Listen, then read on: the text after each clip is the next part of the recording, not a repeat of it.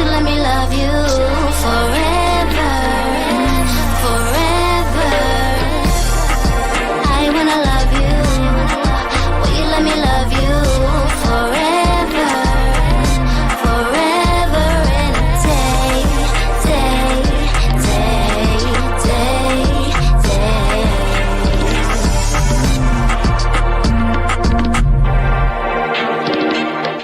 It's a Wednesday. Happy Wednesday. Happy Wednesday. Happy hump day. Hey, you guys, welcome to TMW Online. I am Linda. That is Abby over there. We are covering all things 90 Day Fiance The Other Way. We are on season 7, episode 4. What were your overall thoughts, Abby? Okay, so I excused last week when we dragged on a little bit, but this week we're I need them to give us some more movement next episode. So let's propel forward in the stories lines, okay? 100% agree. Hey, Michelle, I feel like this was another filler episode. Like, I could have gone ahead and done without some of the stuff that we already know the issues are. We already know what each couple is dealing with. Let's just go ahead and let's fast forward this a little bit. Let's get into the nitty gritty. So we're going to start off with Madeline and Luke. And, oh gosh, Luke, I'm just looped out already. He is getting there one day early. They haven't spoken because, she's blocked him, which if you're engaged and you're about to get married in a couple of weeks, I just feel like that's not a good look, but here we are. So they're a few weeks out from the wedding, and we know that they have that Maid Beauty salon, right? And she's been working there, Madeline, for a year and a half and making money. She told us last episode that she's been making money, but here she is still fighting with Luke over finances. Now, my question to you, Abby, is do you think she's banking her money and spending his money? I think so. And I don't have any problem with that because Luke led this relationship with money. And Luke has decided to be dishonest about his financial situation. So I don't have any problem with her operating under the false pretenses that he has set up for this relationship. Agreed. You came in as a sugar daddy, you better have the sugar. And she is being wise in her ways because she's going ahead, and she even said in this episode that she's making good money monthly and she's banking her money. She's buying a condo. She's doing all the things. If Luke, if you're coming in saying you're going to do this, you're going to do that, you're going to do this, then you better follow up on what you said you're going to do because that's the specific type of woman that you went for. So here we are. Her mom shows up. Now, I want them to dig into this a lot because her mom comes to get her nails done. We already know that they didn't have a great relationship as she grew up. Madeline says the relationship is good now, but it's still weird for her because her mom didn't want her around when she was growing up, didn't want the kids around. But then she said Luke taught her to leave the past in the past. And so now her and her mom, quote unquote, hang out. I think that is trouble brewing. Trouble brewing. If you don't address the trauma and you don't address the issues and you just say, oh, you know what? It's cool. Let's hang out and kick it like we're friends. Something is going to go awry. What are your thoughts? I have a lot of smoke for Madeline's mom because I don't think that there's a couple of things that I don't like about this whole situation. One, I don't think that there's any excuse for you to come back into your adult child's life that you haven't cared for without considerable apologies and empathy for what that child went through and the danger that they are in from having couch surfed through their teenage years. I don't think you get to come in then and say, oh, this is, I'm so proud of you. You're right. Who cares about you being proud? Who cares about you being proud? Right? The other thing that I didn't like about mom is she's congratulating her on getting married to someone like Luke. Mom has no concern over this enormous age difference. Mom has no concern over, I don't care for, she's allowed to have a relationship with her because that's her mom, so she could do whatever she wants to. I don't care for it.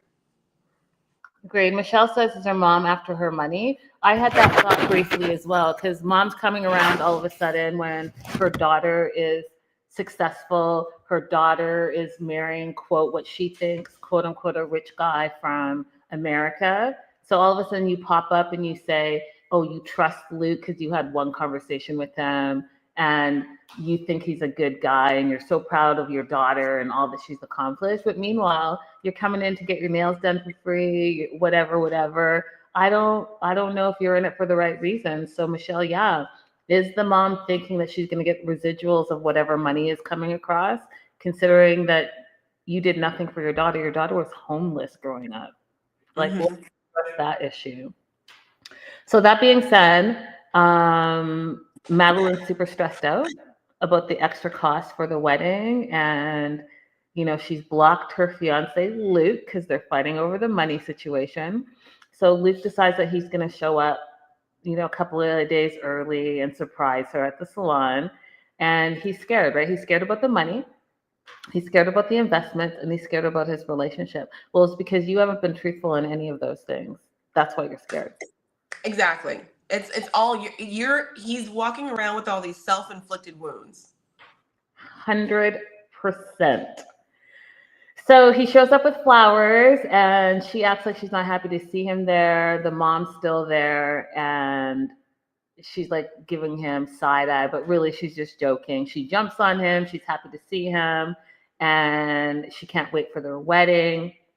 Meanwhile, mom is like, kissy kissy to Luke and going to camera saying how she's so excited for her daughter being 20 years old and getting married already. You sound crazy. Like, you sound crazy. Yeah, this is such a disappointment. But I mean, what can we predict from what she told us previously? But what a disappointment to have to raise yourself. I feel Madeline is doing the best that she can in the situation that she was given, in my opinion. Mm-hmm. I do feel really bad for people who've had no one to protect them in their entire life. Agreed. So what we learned about Madeline is that she doesn't like surprises. I actually don't like surprises either. I like to know what's going on. Me three. Don't surprise me. Hate it. Yeah. Because also I can't fix my face sometimes. Like, it's just going to tell you exactly how I'm feeling. So just don't do it. Right. I have a schedule for everything and it totally throws off my schedule if you try and surprise me. And that just causes me so much anxiety. And it makes me do things that don't make any sense. My parents surprised me with a car. They switched the car I was driving with the new car they gave me at the restaurant. I was so discombobulated. I left my keys to my house in the old car that they took back down the highway. Didn't realize it until I got all the way home. Now we're 2 hours away from each other. And it made me so angry. Totally get it. Although that's a first world problem, but I love it. I know that. I don't really tell people about me being mad about it because it sounds like, okay, but you got a car. But it threw, I was trying to switch my stuff from my trunk and trying to figure out, okay, what do I have going on tomorrow? What I need to make sure I get out of this car? What can I get late? I didn't like it. I didn't like having to think about that at the restaurant. Yeah, agree. I totally get what you're saying. Yeah. Don't throw me off. I already got things going on. Let me keep this show on the road. Madeline is feeling a little bit of pressure because, she's been planning this wedding on her own. And Luke hasn't been giving her the money that he said that he's going to give her. Because remember, he promised her the wedding of her dreams. That is what we are going with. And so Luke, on the other hand, is saying, oh, we agreed to be on budget. Now we're way over budget. I didn't agree to be over budget.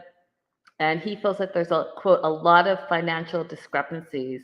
And he's wondering who to blame. He's like, I'm not to blame. I'm not going to blame Madeline maybe or the wedding planner, but I'm not to blame. So there's a mythical fourth person that's to blame, Luke? Also, Luke, you're the one that said, listen, Luke, listen, you said the wedding of her dreams. That's what you said. And now you're saying you put this caveat on it where all of a sudden there's this strict budget and you need to see the receipts. I don't think those were the words you were saying when you were wooing her and telling her this and telling her that. That's not what you were saying. So yeah, who is to blame? Live chat, let us know who's to blame that Madeline and Luke's wedding is over budget. If you're watching the replay, definitely let us know in the comments. And so they're all there, they're set up, they get to the apartment, and they're going to be meeting with the wedding planner that evening. And Luke is not really looking forward to it because he's going to be confronted, right? You said you sent all this money. Where's the money? And then meanwhile, the wedding's not ready because nothing has been paid for. And we're finding out, oh, guess what? They have 2 days to pay everything or the wedding's going to be canceled. So he says he's been sending payments, and he said that the wedding was supposed to be in budget, supposed to be $12,000 US dollars, which if you think about is a lot for Colombia. It's a lot. That is a lot. So he's saying, where's the money he sent over? They get there, Lizana sits down, and Lizana, if you guys remember, she is also Madeline's pageant coach, so she's doubling as the wedding planner as well. So she's like, there's $4,000 outstanding. Like, she crunched the numbers in front of them and said, there's $4,000. That's how much we're over, and it needs to be paid, and it needs to be paid in the next couple of days. And then Luke's like, oh, well, I sent over $1,000 in December, and Lizana's like, I didn't receive $1,000. Like, I don't know what you're talking about. Hey, Vanessa. Hey, girls. Hey.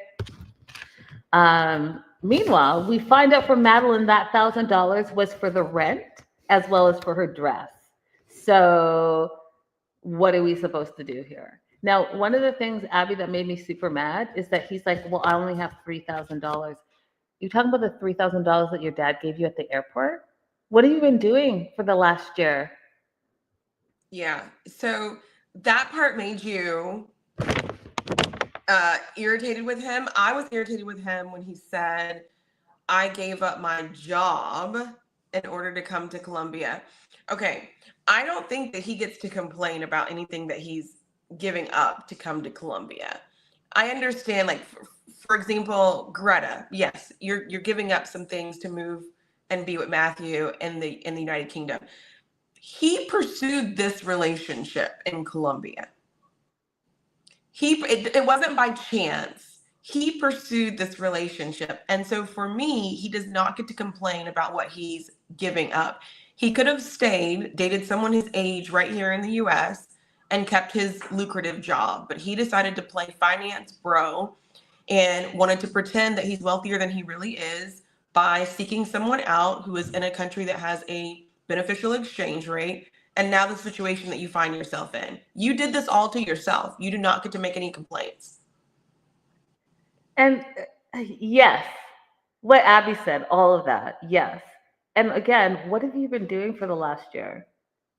Have you not been banking your money? And like, where did you live? Didn't you sell your stuff? Weren't there proceeds from that? Didn't you sell your car? Wasn't there proceeds from that? I'm trying to understand why you only have $3,000 in your pocket, and you only have that $3,000 because your dad gave it to you last minute. Right. So what we know is what his dad said, that he is in an enormous amount of debt. I wouldn't be surprised if he had multiple mortgages taken out on one home, if he wasn't actually paying, if he was just using credit cards to pay his bills and he wasn't living in cash. I would not be surprised if that's the case. And to piggyback off what you're saying, okay, so then did he pay down his debt? Probably not. That doesn't sound like it's anything. Like, where's your money, Luke? Where is your money, and why you only got the $3,000 from your dad? Makes no sense to me. Manon and Anthony and Benjamin. So they've arrived at her parents' house, and it's surreal to her, right? Being back, she's still trying to process the whole thing. The house is smaller because the parents have downsized, and what she's finding on day one is there's no privacy and there's no space, and they're going to have to adjust because they're a party of three. And what I do like about Manon and Anthony so far is their ability to communicate. I think Hmm. communication is key in any relationship. And so they're circling back on talking about the solo parenting. And, Anthony's like, yes, I shouldn't have said that. And Manning is weighing the provider versus caregiver in that conversation, right, you guys? Because if you decide that you are going to be in this traditional type of role in a relationship where someone stays home full time, someone goes to work full time, then you're going to have to be okay in those roles, right? You can't have resentment building up because one person is working too much or one person is the primary caregiver. You guys have decided that this is the roles that you're going to take. And so, unless something has changed and you've communicated that they've changed, what are we fighting about? So they both Hmm. feel hurt. Um, they feel hurt by how they talk to each other in that moment. And Abby, I was thinking, well, it was stressful, right? Because they sold their house, they sold their car, they have a baby, they're traveling halfway across the world. Yeah, it's a little tense now. Is that okay to talk crazy to your partner? Probably not, but I understand that there were some other factors going on. What were your thoughts? I am still not really understanding what is making Manon upset. I said that before, like when we talked about this. I feel like they're saying the exact same thing. She complains that she's not spending enough time with Ben, that she's not bonded with Ben, the baby.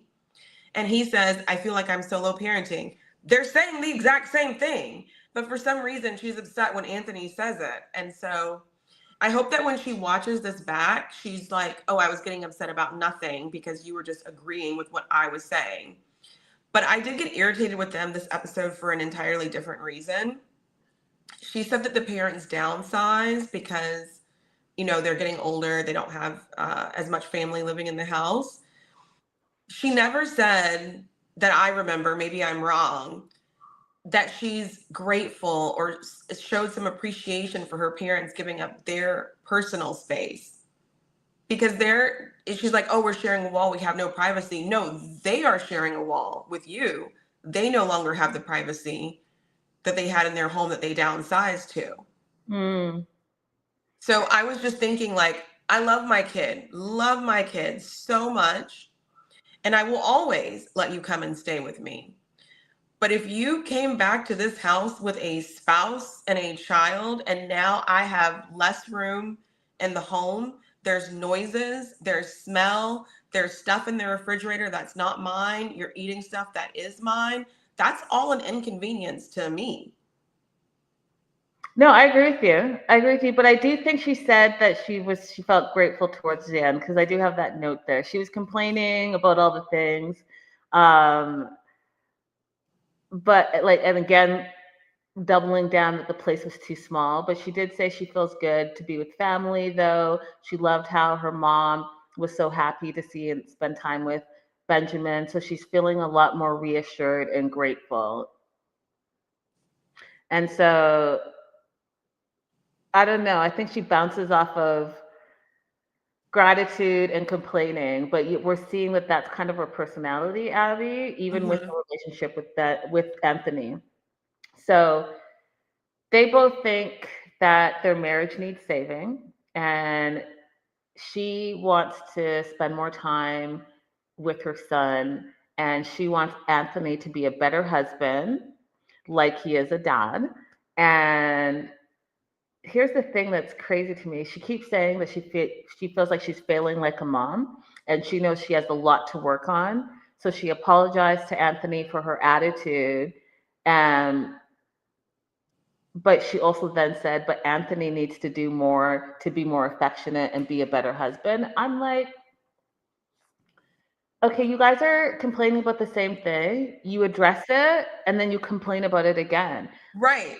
Have we not moved on? So yes, you guys both said this is the thing. Doubling down on what you're saying, Abby, you said, okay, you want to spend more time with your kid. So you guys moved so that you can spend more time with your kid. Now, Anthony is not giving you enough affection. He says, okay, yes, I need to give more affection and be a better husband. You say, You want to be with Benjamin more. What steps are you taking to be with Benjamin more? Because what I'm not about to do is listen to you complain about the same two topics over and over and over again, and then Right. throw in that the place you're staying is too small. Like, you Right. still have what, 60,000? Go get a Right. place then. If this is not working out for you, go get a place then, and you all better get jobs real quick. How about Right. that? Right. And as far as affection goes, we haven't seen him deny her affection, so I'm not 100% sure what she's talking about. But I will say we see this pretty common when the roles are the other way. We see men complain that women, in the course of their duties as mom and home caretaker, will not be as affectionate and as intimate, right? Yeah. And the response that we typically give men is, what are you doing to take the load off of her so that she can find time to be that affectionate and intimate person? So I would say the same thing to Manon. What are you doing for Anthony to not have all of the duties of the home and child raising where you can find time and space to be intimate and affectionate with you? That part. Hey, Silver Lining. I don't know if I said hi. And Dester43, what up? Yes, yes. I will say this. Michelle says, and I've been saying this since the first episode, what do they think moving will fix? Because everywhere you go, there your problems are. So Right. I just think they needed to move somewhere that was less expensive in the US. And I'm really hoping that at some point in the show, they're going to explain why that wasn't an option that they considered. yes. Not because I think like the US is the best place to live. It's just like I just think they could have lived somewhere that's less expensive than LA. Yes. You could have moved to Texas, cheaper. You could have moved to Arizona, cheaper. You could have moved to Timbuktu, cheaper. Everywhere's cheaper than Los Angeles, California. Okay. Do I have anything else that I want to say about them? I got nothing. Do you have anything else you want to add? No. We're good on them. I want to see some progression with them. I want to see him start learning French. I want to see him start looking for a job. I want to see her start taking care of the baby more and not being upset when he doesn't automatically want to come to her, and figure out how to work through that. Yes. All of those things. Johnny and Chloe, listen, they were the comic relief for me in this episode because it was so outrageous to me. Listen, I understood Chloe about the gas stove. I spent time being scared of using gas stoves too, so I will not make fun of her about that. I will. The first gas stove I was ever introduced to was the one that you have to light yourself, and that was really scary to me. Yeah, I got nothing for you, Abby. I got nothing for you. You I got never nothing were for scared you. of that?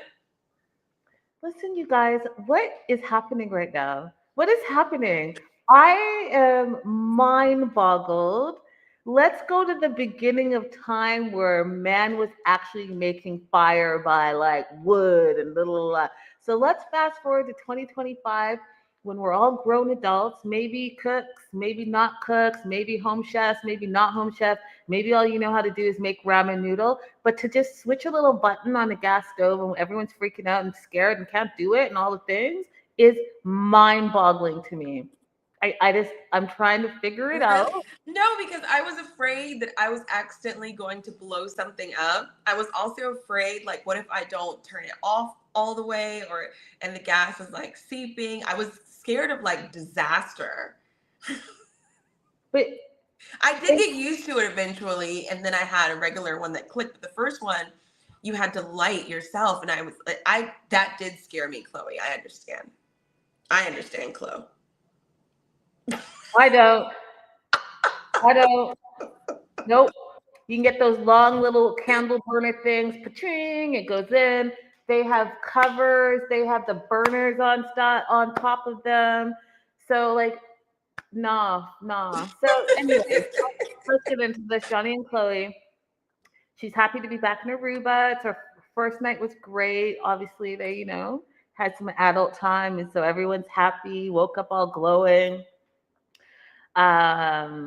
Johnny has taken a few days off to connect with Chloe, which I think is really good. Shows, hey, I'm going to spend time, get her situated, because once we get back into the routine of things, like I'm going to have a job and I'm going to have to go to the job, and I want to make sure that she's set up for success. At least that's how I took it. Yeah, same. Yeah. So, we find out, which I'm not surprised about, that Chloe doesn't know how to cook or use the stove. And it's, gas stove, which is Abby talking about gas stove versus an electric flat stove. And she's freaking out because it's a flame she can't control. And she's scared and she can't do it. And she's scared. She doesn't like the noise. She's scared of the stove itself. I sat there and I was just smiling and laughing because, wow, that is outrageous. You're 23 years old. So what have you been doing? Oh, I know. Your mom's been doing everything for you, clearly, because this right here is I'm mind boggled. So Johnny's like, hey, listen, Chloe's naive. I get that she's afraid.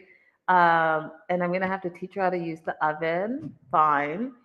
But she can't be in vacay mode every single day because she lives here now. So she's going to need to learn how to not only use the stove, but to cook dinner, because we can't go out to eat every day. When she's on vacation, she comes down here, we go out every night, but that's not sustainable. That's short term. And so we have to look at focusing, he says, Abby, on family and stability for long term. I was like, who is this guy? I know, right? It's like, it's so weird against his pirate persona and the way that she initially described him. But he does have a quite serious side that we're seeing. I may have misjudged him, you guys. Because, yeah, I thought he was just Mr. Partier, worked on a boat, entertainer, but he's taking the time to think about the future and what that looks like, and stability and family and saving money and being economical and being frugal, because this is all new. And she's there. She's not going to be working. He's going to be like a sole provider until they figure out what that plan is going to look like. And what is that plan going to look like? Have they decided that she's going to be a stay-at-home and she's going to do like the cooking and cleaning while he goes out and forages as a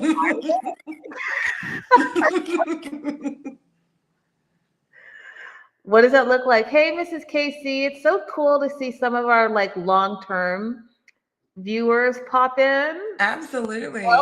Welcome back. So yeah, I'm excited to see where this goes. Chloe, I think, is gonna have a hard time because I think that she's gonna have a lot of life lessons, but it's gonna help her grow up, and she's gonna have a lot of core memories for sure. I think so too. I think so too. I think this is a good thing for both of them. He's working on, getting, over his grief. I won't say over it. He's working on moving on in life with his grief. She's working on growing up. So they have a chance here. I hope they don't hurt each other, and that this is just a chance for growth for both of them, whether they stay together or whether they don't. Yeah. But I think there's going to be hurt and a train wreck coming down here somewhere. Because I hope not, though. I really hope not. He doesn't need more hurt, and I want her to just, get out of this without a baby. I keep saying that. And I don't want them to be hurt either, but I guess my concern is the same concern that he had. He's raised. Is she ready to settle down and actually do this? Or is she still in party mode and wants to explore? And for what I'm seeing so far, she's still young. She still has her wheats to sow her soil, to sow the wheats and the soil into the ground and grow. I'm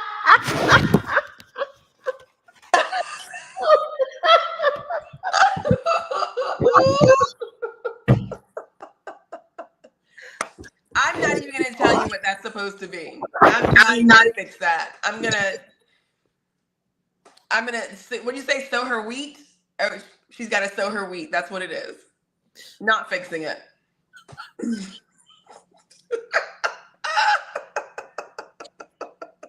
Help me out, y'all. Help me out. Nobody tell Linda. Nobody tell Linda. Exactly. Just making out without a baby and just take this as little tiny little rant.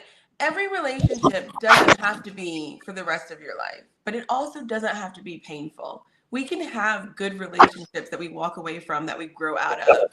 Just everybody be honest with each other, and when it's time to part ways, just part ways. Like, this is not working for us anymore. So sorry, it's not working out, and now we're parting ways. Don't get to the point where you're hurting each other. Just have your growth, walk away into your new life.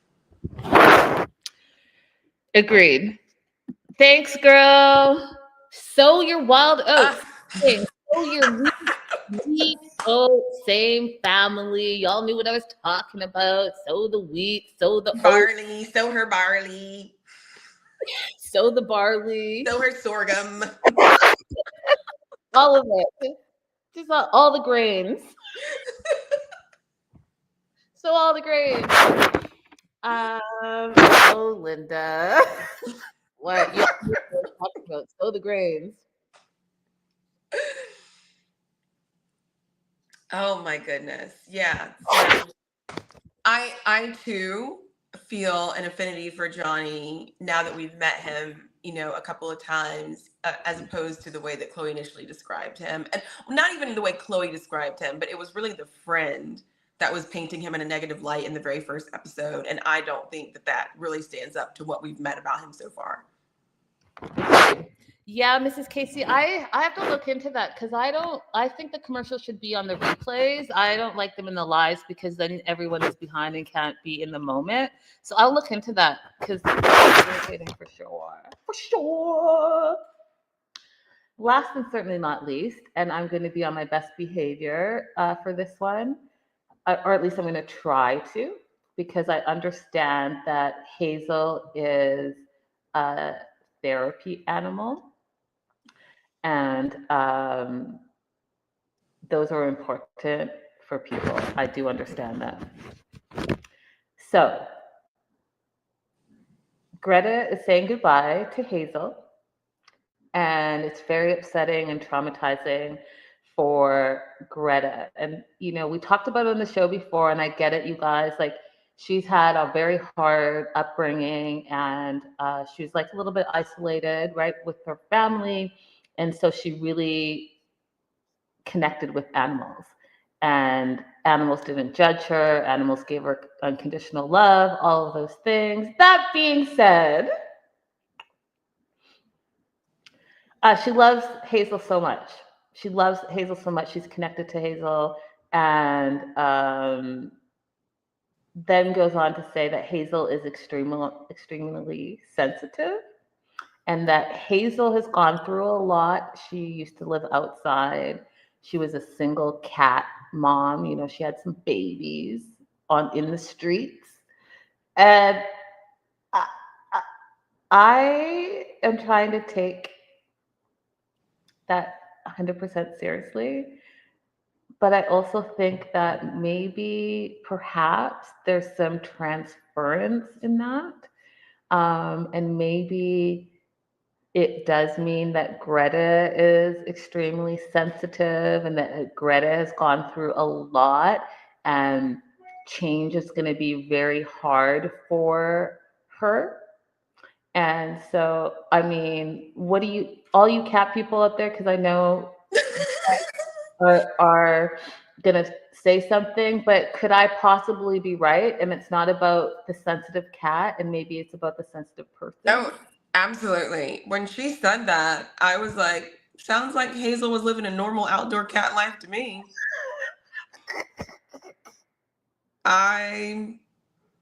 What's the trauma? Maybe there's things I don't know, but as far as I know, that's what happens to every cat who's outside. But anyway, I do think that maybe she was really talking about herself. She is really sensitive. She's the one who's been through a lot. She's the one who has difficulty adjusting to new people and places. And for some reason, she was just talking about the cat instead of talking about herself. See, so I'm not wrong. Because that's the vibe I was getting. I was like, first of all, when you said your cat was an Aries or whatever, and and this sensitive and needs a lot of hugs and needs a lot of cuddles and all the things. I was like, this sounds like the trauma that you are trying to get past as a child. That's what it sounds like to me. And if you're able to channel it through your cat and heal, then that's, I get that, you guys. But like the part that I have a hard time with, with the fact that I just don't like cats, period, full stop, is that now we're assigning things to cats. Cats now are sensitive, and they have, horoscopes and what? You guys, everybody give Linda a round of applause because she is showing incredible restraint in describing the Hazel Greta situation right now. Just really fan. You're being so kind. You're being so nice. Thank you for noticing, because You are. y'all know that there was a TED Talk in there, and I'm having empathy. I'm having empathy. Yeah, you are. Because she's going a little bit overboard at this point. However, even though she's going a little bit overboard, I still, think that it's a lot to ask of her to leave her cat behind. And I want to know what the conversation was behind him not finding a place first before she moved. Right. Michelle said I can never give up my cats. And you know what? I think too, perhaps her being able to take the cat might have made that transition easier, right? Because she's in a whole new country. She's going to have to reestablish, and that is something that is been a stabler in her life, a stabling force. And so, Exactly. So everybody said that, by the way. I made a short video on Instagram asking boyfriend or cat, and nobody said boyfriend. Everybody chose cat, including men. Oh, wow. So yeah, like nobody really was in favor of her leaving her cat behind, even people who didn't know her whole background. So I think, I'd like to know more about the decision-making process on the timing of her moving, why it wasn't more of a priority for him to find a place for them to live before, even if not completely moved into the place, but just to have located the place before she arrived and to know that's where they were moving. Why wasn't that more of a priority? You silver linings, you've gone too far. Yeah, you know what? I don't even need to say anything.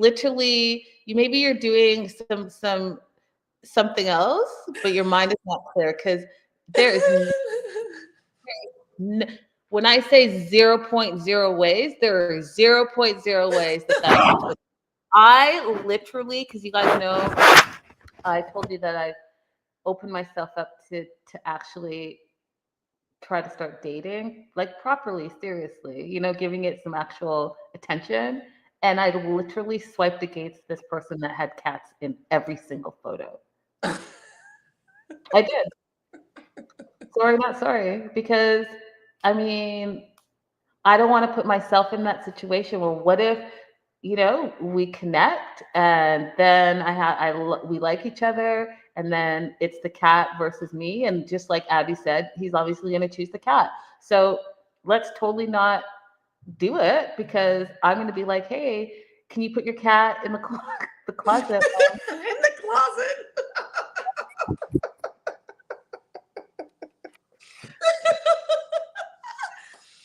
Oh, can you put your cat in the closet?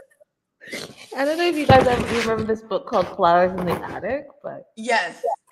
put that cat in the attic. I'm surprised that Flowers in the Attic. That was such a big lifetime moment when they made that into a movie finally, because my mom had us read all the books. It was a trilogy, if I remember correctly. Yeah. Yeah, that's crazy. Now I'm gonna have to go watch it because that was good. Mm-hmm. Well, it's a great storyline. Great storyline. So Hazel's moving to England. She wants her and Matthew to get their own place so that she can reunite with Hazel. And it's moving day. and she's going to the airport. She's having a conversation with her driver, and we find out there's no date set for the wedding yet because they've never lived together. It's only been back and forth visiting, and she wants to see what living with him looks like. And I think that's a great idea. However, it's not going to be realistic because you're living with his family. And same question I have with Luke. What has Matthew been doing for the last year? Like, it's clear to me that you took time to plan and get a ring and propose and have that moment. So now the next step is you are a finance bro. So clearly you know about budgeting and times and all of that. What have you been doing for the last year? Because you're giving me vibes like you actually don't want to move out of your parents' house.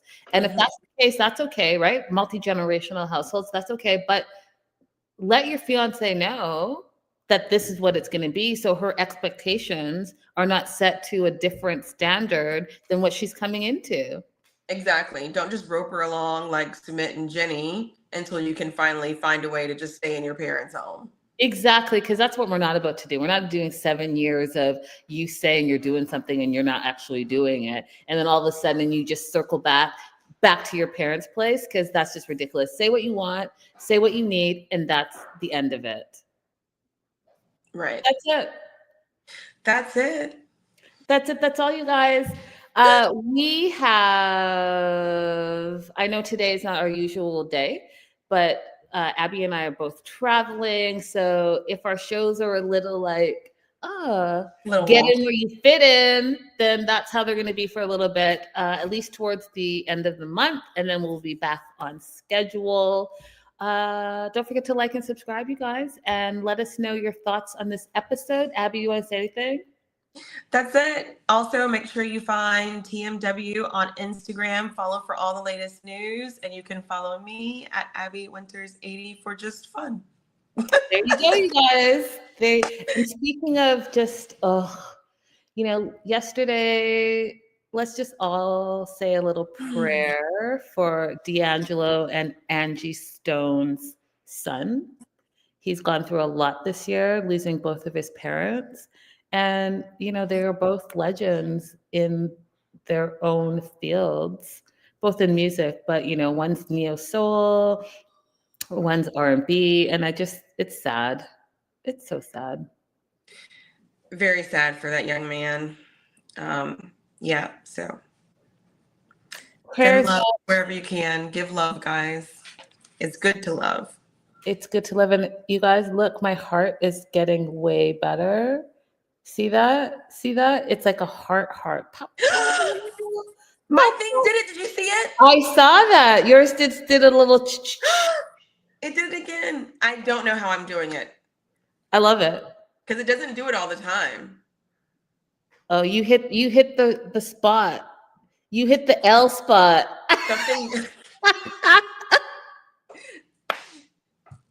Something magic is happening this time. Magic. All right. Thanks for hanging out with us again. See you next time. Bye, guys. Have a great week.